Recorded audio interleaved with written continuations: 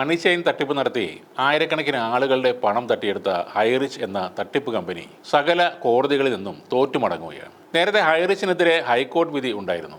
അതിനെ ചോദ്യം ചെയ്തുകൊണ്ട് ഹൈറിച്ച് നൽകിയ ഹർജി സുപ്രീം കോടതിയും ഇപ്പോൾ തള്ളിക്കളഞ്ഞു. ആർട്ടിക്കിൾ 138 പ്രകാരം സുപ്രീം കോടതിക്ക് ഇന്ത്യൻ പാർലമെന്റ് അനുവദിച്ചു കൊടുത്തിരിക്കുന്ന കാര്യങ്ങളുടെ പരിധിയിൽ പെടാത്തത് കൊണ്ടാണ് ഈ തട്ടിപ്പ് കമ്പനിയുടെ ഹർജി തള്ളിക്കളഞ്ഞത്. ഹൈറിച്ച് നടത്തിയ മണി ചെയിൻ തട്ടിപ്പിനെതിരെ സർക്കാരിന്റെ കോമ്പറ്റേറ്റീവ് അതോറിറ്റിയുടെ നടപടികൾ തുടരാം എന്നായിരുന്നു ഹൈക്കോടതിയുടെ വിധി വന്നത്. ഇതിനെതിരെയാണ് ഈ മണ്ടന്മാർ സുപ്രീം കോടതിയിൽ പോയത്. ഇവരുടെ വാദം പോലും കേൾക്കാതെയാണ് ഹർജി സുപ്രീം കോടതി തള്ളിക്കളഞ്ഞത്. ഇതിനുവേണ്ടി പണം നഷ്ടമായ ആളുകളുടെ കയ്യിൽ നിന്ന് വരെ ശ്രീനാ പ്രതാപനും കൂട്ടരും പണം പിരിച്ചിരുന്നു. അതിൽ നിന്നും കുറെ പണം ഏതോ ലീഡർമാരൊക്കെ കൈയിട്ട് വാരിയതായും വാർത്തകളുണ്ടായിരുന്നു. എത്ര കണ്ടാലും കൊണ്ടാലും പഠിക്കാത്ത തരം മണ്ടന്മാരാണ് ഹൈറിച്ചിൽ നിക്ഷേപം നടത്തിയത്. ഒരു സാധാരണ മനുഷ്യന് ഒറ്റ നോട്ടത്തിൽ മനസ്സിലാകുന്ന കാര്യമാണ് ഇത് മണി ചെയിൻ ആണെന്നത്. അതിൽ കുറെ പൈസ ഇട്ടിട്ട് അതിൻ്റെ ഒരു പങ്ക് ഇവർക്ക് തിരികെ കിട്ടുമ്പോൾ പൂൾ ഇൻകം എന്ന പേരിൽ ആഘോഷം നടത്തിയ ആളുകളാണ് ഇവരൊക്കെ. കുറ്റം പറയുന്നവരില്ല, ലീഡർമാർ ഇവരെ പറ്റിച്ച് കുറെ പൈസ ഉണ്ടാക്കി എന്നത് സത്യമാണ്. എന്നാൽ അതുകൊണ്ട് ഇനിയുള്ള കാലം സ്വസ്ഥമായി എവിടെയെങ്കിലും പോയി ജീവിക്കാമെന്ന് കരുതിയാൽ അത് തെറ്റിപ്പോയി. ഇഡിയുടെ നിരീക്ഷണത്തിലാണ് സകലമാന ലീഡർമാരും. കോട്ടിട്ട് കഥാപ്രസംഗം നടത്തുന്ന ജിനിൽ ജോസഫും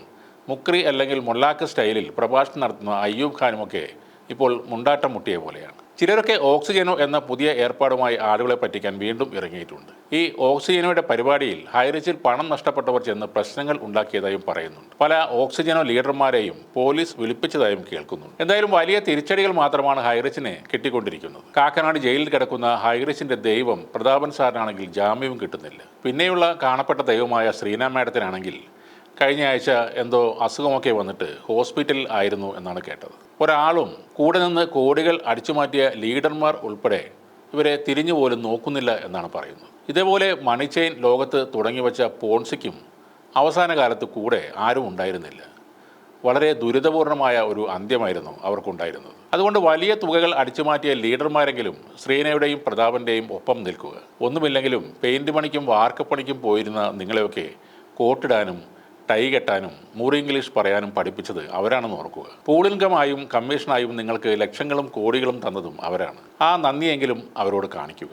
കൂടാതെ ഇടയ്ക്കിടയ്ക്ക് ഹൈറിച്ചിനെ ജയ് വിളിക്കുകയും വേണം.